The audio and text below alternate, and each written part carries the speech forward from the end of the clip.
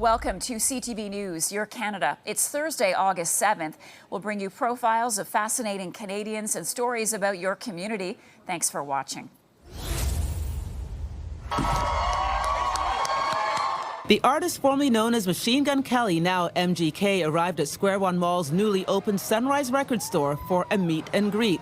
And fans like Ottawa's Cameron Hurlbut could barely contain themselves. I'm seeing a lot of tears. Are you okay right now? I'm very excited that I met him. It's great to meet you. Oh my God!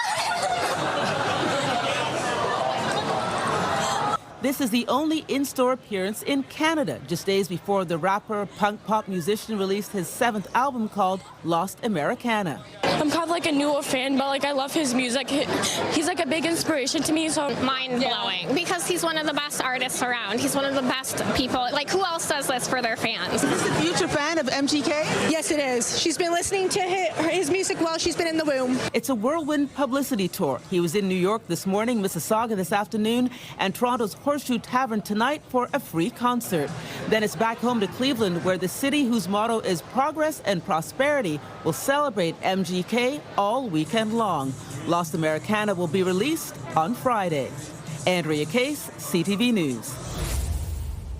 It is absolutely remarkable. This portrait of a young woman in uniform of the Queen Alexandra's Imperial Military Nursing Service has puzzled historians and locals for decades. But now the painting has been identified. It's of First World War nurse Christina Clinton Gordon. Whether they were soldiers, they were nurses, they were people who dedicated their lives to serving our country. The painting was on display at the Royal Canadian Legion office for years before going into storage, where it was later rediscovered in the early 2000s during cleaning. We never really knew where it came from or how it got to our Legion, but we hung it there. At the time, there was only one clue, a handwritten note on the back reading Toronto, Canada, May 1917, with no name or signature.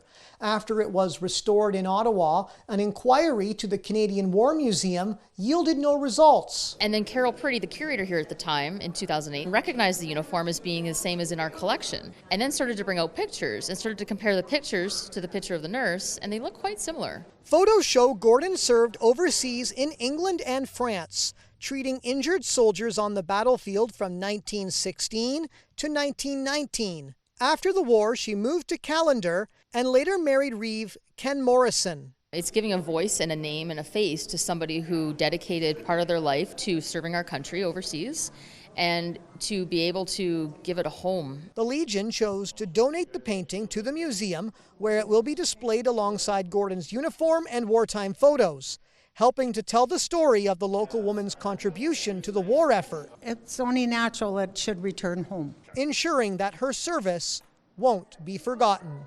Eric Tashner, CTV News, Callander.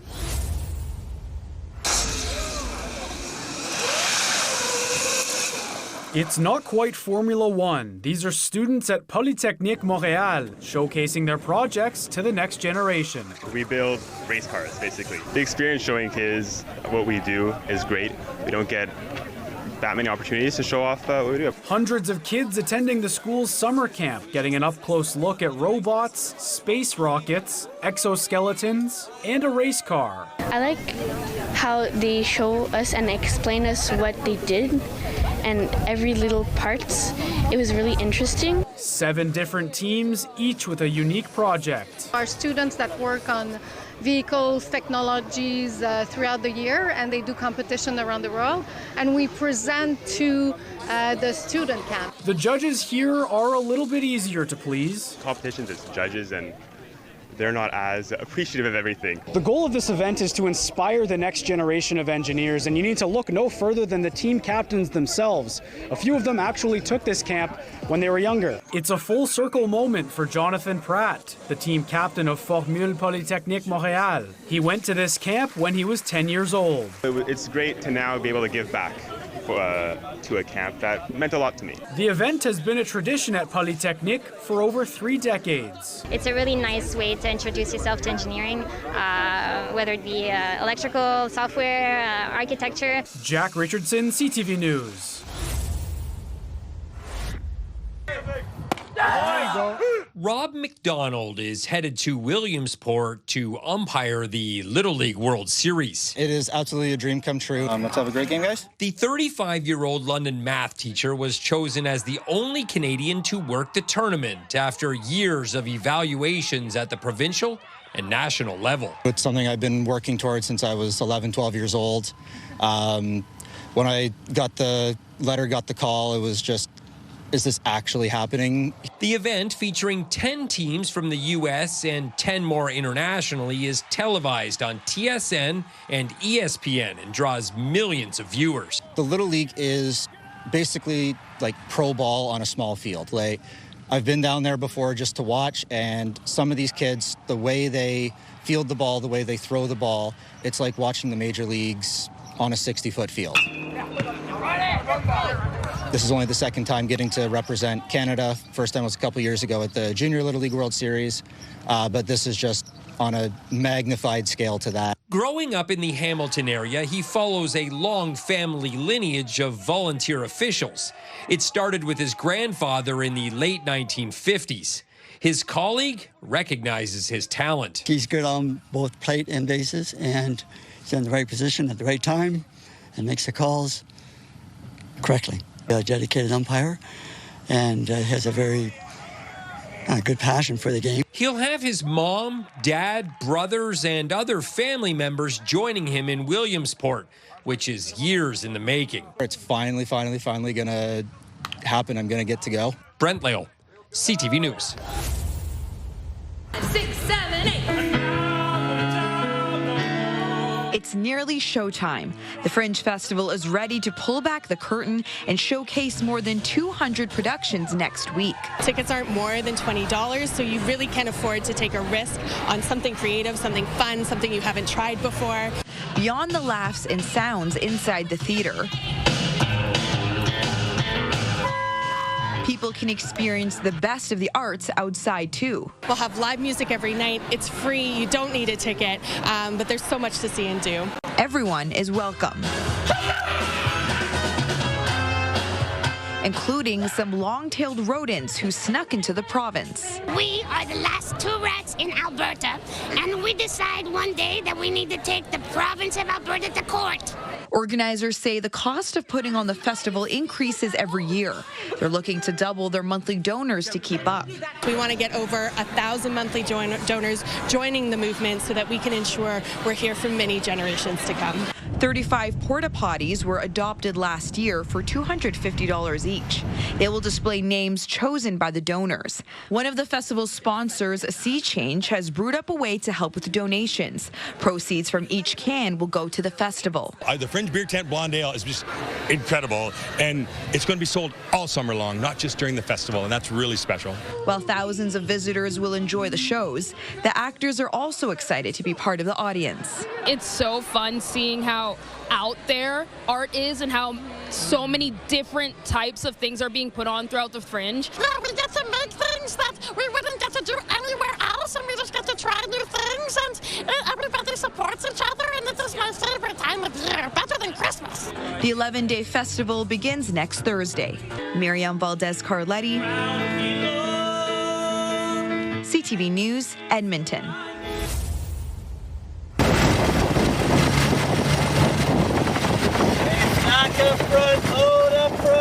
There's something in the water at the Carleton Place Canoe Club. Or rather, on the water. 17-year-old Isabel Lowry has just returned from the International Canoe Federation Junior World Sprint Championships with 3 gold medals. I was really excited about what had happened, but I was like, I just want another one, you know? So I got another one. That was great. And it's Canada golds for Canada. Lowry led Canada to victory in the solo, pairs, and 4-person canoe events. A 200 is a very quick race. So if you don't have a perfect stroke every stroke, then it's really hard to, you don't have a lot of time to gain it back. Isabel, who strokes our boat, she's absolutely insane, and she brought us an incredible finish, and I was honestly in the back just trying to make us go straight, trying to stay in the boat. It was like a very tight turnaround. It's not very common, but I was on the water or off the water for 5 minutes, maybe, not even. I literally I finished my race. My coach told me like, okay, good job, do another one. I was like, okay. It's not just Lowry. 3 members of the Canoe Club impressed at the World Championships. The athletes that we have are mostly almost entirely juniors, and they're a really close-knit group of friends that, when you have that kind of environment, that atmosphere, it makes it easier for them to show up to practice and do the work and have fun doing the work. Lowry is now preparing for the upcoming Canada Games in Newfoundland and has her sights set on more gold medals down the line. I want to take it one regatta at a time and not freak myself out too much, so just one step at a time, but I think the Olympics is the end goal for sure. Dylan Dyson, CTV News, Carleton Place. I love creating more fancier, unique designs because they're more whimsical. Growing up in the Annapolis Valley, I would go for walks in the woods. Sometimes I'd see a fallen butterfly, and I just thought they're so beautiful and gorgeous that I wanted to find a way to preserve their natural beauty. Miss Foxine Couture started in 2008 as a way for Teresa Capel to pay for school. It became a creative outlet that allows her originality to shine. My mom's Filipino, my dad's Canadian, and just trying to figure out who I am as an individual, as a Canadian and a Filipino.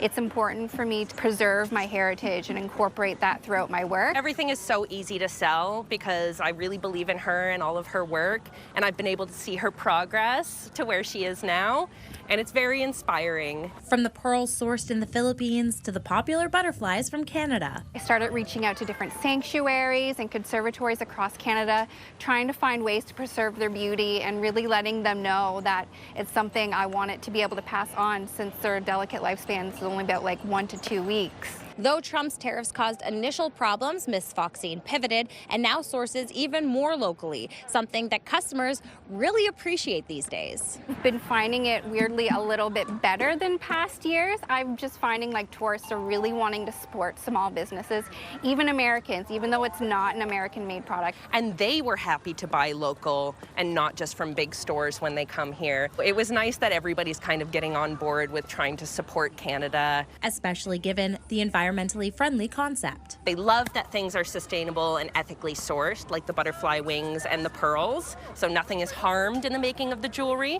because if nothing has to die for art, then it shouldn't. Growing up by the ocean as a kid, I was like, oh, maybe someday I'll be able to sell things on the beach, have a little hut or a stand. And being on the Halifax waterfront and being at the Halifax Seaport Farmers Market, I didn't realize that I had brought that vision to life. Brianne Foley, CTV News, Halifax. Giggles and smiles continue despite all of the equipment hooked up to 18-month-old Colby. He has a rare genetic condition called Alagille syndrome, which impacts his liver, and he has been in the hospital for months. Yeah, it's very hard. He can't walk or stand right now and has to take several medications. Colby's doctor says he needs a liver transplant. Oh, it would be the difference between life and death for him. The priority is to get an organ to make sure that, we can get Colby back on track. It could come from someone deceased or a living donor who has a surgery to remove a piece of their liver. The liver is like a worm. You can cut a piece off and it'll just regrow. But unfortunately for Colby, because of his genetic condition, his liver can't regenerate and repair itself. It is a major surgery, so there are risks associated with it. But overall, the donors do very, very well. While Colby remains in hospital, his family is trying to make the most of the time they can all spend together and hope they can find a matching donor soon. It's been a struggle for the family. We have high hopes, and we're believing that things are going to change. Having a donor transplant for Colby would be life-changing. And not just for him. Colby's family and doctors say donors could change the lives of about a dozen children in the area that need liver transplants. That huge impact that organ donation can have for the community and specifically for patients like Colby. Alicia Fieldberg, CTV News, Calgary. Colby needs a donor with type O blood, plus or minus, who is healthy and between the ages of 18 and 55.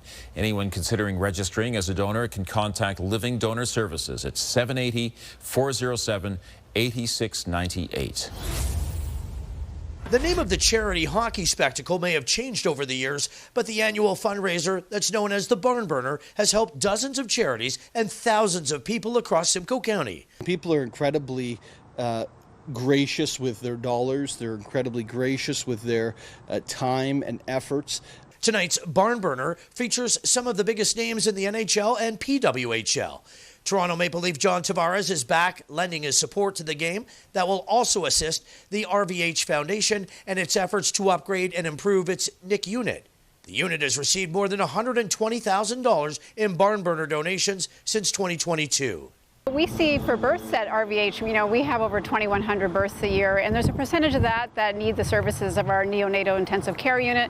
We probably see over 160 patients a year through there that need that care. Once again this year, Pie Restaurant has teamed up with John Tavares to hand out tens of thousands of backpacks to kids in time for the new school year.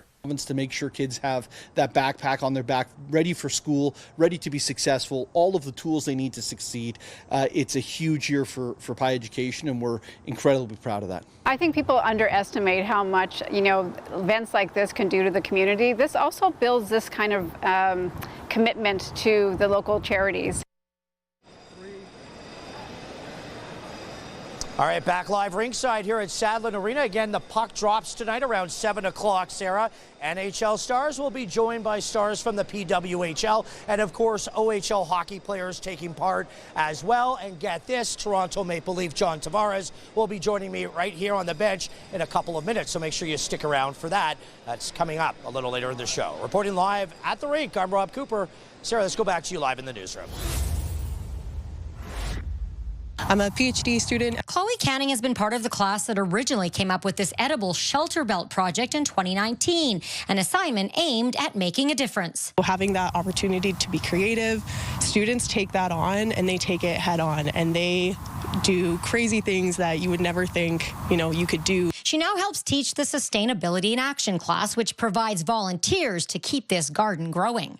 It's a labor of love for students in the class who faced issues keeping it going, like the elements and COVID shutting down school. But 6 years later, it's thriving. They picked specific plants like the hascaps that will be ready to go, in later in the May, the first berries out, and then the gooseberries, and then the Saskatoons or the cranberries. They picked the plants that they needed to kind of go week by week. There'd be something new to eat. It has also turned into a source of nutrition for those who are vulnerable, needing food. They'll sit on the park bench. It's a place for them to sit and enjoy the views and then get a handful of berries that are nutritious for them when sometimes they're just hungry. This student, who is now helping instruct in the department, sees a real desire by students to make a difference. It's not just for a grade, it's for actually being able to do something and leave your mark and say, no, I tried to make a positive change in my community. So another way this project has grown beyond the plants is involving young kids to create this seating space. And so they did a little Easter camp with some kids in partnership with the Wonder Hub, and then at the end, this is what they created. Students she now instructs in the class also started a project installing a bat house. Student group that wanted to, provide habitat for pollinators. While some of the plants have died over the years, thanks to great volunteers and partnership with the city and Meewasin, the project has managed to stay out of the weeds. Our glass is half full. We're going to keep going. Our bushes will keep growing. Carla Shinkaruk, CTV News, Saskatoon. It's been a part of the Kitchener core since 1929. St. John's Catholic School on Strange Street was built in response to the influx of new families and births following World War I. Now the Heritage Committee wants to designate it under the Ontario Heritage Act. They're already historicist buildings. They already convey a sense of connection to the Middle Ages. Just the fourth school to be built in Kitchener, the city says its contribution to educational development is historically important. Adding the province's More Homes Built Faster Act requires properties on municipal heritage registers to be designated before January 1st, 2027, or they'll be removed from the register. And local experts think it's the right move. I think it's good for children to understand that they're part of a continuum, historical continuum. The city says the building meets 4 out of 9 criteria for heritage designation, built in the collegiate Tudor architectural style with a flat roof, red brick, and cast concrete decorative details. It did undergo reconstruction around 2009, but kept its historical elements. I can't say St. John's is an architectural masterpiece. Frankly, it's not, but its relationship to the street, its relationship to the community, its closeness to the park. I mean, there's all sorts of reasons. A heritage designation doesn't completely protect it from demolition, but it would require the Waterloo Catholic District School Board to maintain the building. Elizabeth Ziegler Public School is a heritage property in Waterloo that recently closed because of structural concerns, but Haldenby feels with renovations done at St. John's and the value it holds in the community, it shouldn't be a concern. I really don't believe that there's any risk that this building is going to be determined to have structural problems within the foreseeable future anyway. City staff will now ask the school board for any comments or concerns about designating the building, and then a notice of intention to designate will be brought back to the committee, which would then need approval from council. Tony. Colton Weens live in front of St. John's Catholic School. Colton, thanks for that. More than 100 young Indigenous people gathered in Regina, focused on culture, empowerment, and healing at the first ever Your Power Within Youth Conference. Attendees were able to sit and listen to local presenters, sharing their stories on finding their path and calling. We wanted facilitators and speakers that will inspire and encourage them that there is a better life, a healthier life, and that they have a community that cares for them. White Raven Healing Center is hosting the two-day event.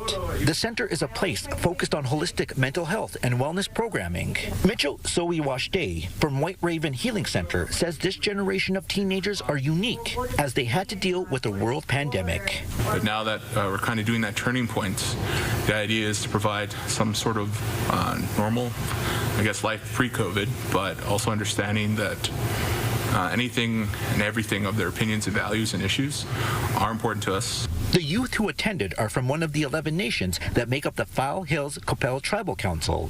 White Raven has offered an invitation to not only on-reserve youth, but those living in the city as well. There's certain things that happen in each of the communities, and so trying to address that not only on the nations, but also remembering our urban members as well, and it's trying to figure out how do we address both. The youth conference concludes Thursday afternoon. Mick Favel, CTV News, Regina. Before he ever imagined seeing something magical, Steve Macbeth installed security cameras to be purely practical. Able to see who's been wandering around your place. This cat visits pretty much every night. And whenever the camera's triggered, Steve immediately gets a notification on his phone saying if it's a human or an animal. All sorts of critters are constantly moving past it. But there have been a couple times when the camera captured people. The person that walked through the front yard had actually done some break-ins that same evening. So when he got a similar notification the other night, Steve feared the worst. And it said that it saw a person. And what was the person doing? Well, it wasn't a person. And it wasn't one of the usual animals either. It was unlike anything I've ever seen before. It appeared in the left corner of the screen, a bright white dot that suddenly turned and flew straight at the camera. Well, it looked kind of humanoid. It looked, Steve thought, supernatural. Like it was a shimmering silver color. A fairy. Yes, exactly. Yeah. While that magical moment was quickly replaced by a mundane explanation, it was still wonderful. I just thought that other people would have a kick out of it as well. So Steve took the time to post the fairy video on his local community page. The very first one was a guy that said a rolled up newspaper would take care of that. But after that, more than a couple people mentioned Tinkerbell. Hundreds expressed their gratitude, and tens of thousands watched the magic unfold. Just stunned with the response to this. But even better is seeing this video of one of his granddaughters, Isabel, watching the fairy footage for the first time, in awe. Always remember the time their goofy old granddad got himself on TV because of the fly that flew by his security camera. Or they will never forget that time their couldn't-be-more wonderful granddad made the effort to make his world, if just for a moment, feel like magic. Oh, just to look for things that are unusual in life. You never know where something like that is going to pop up and be a bit of fun.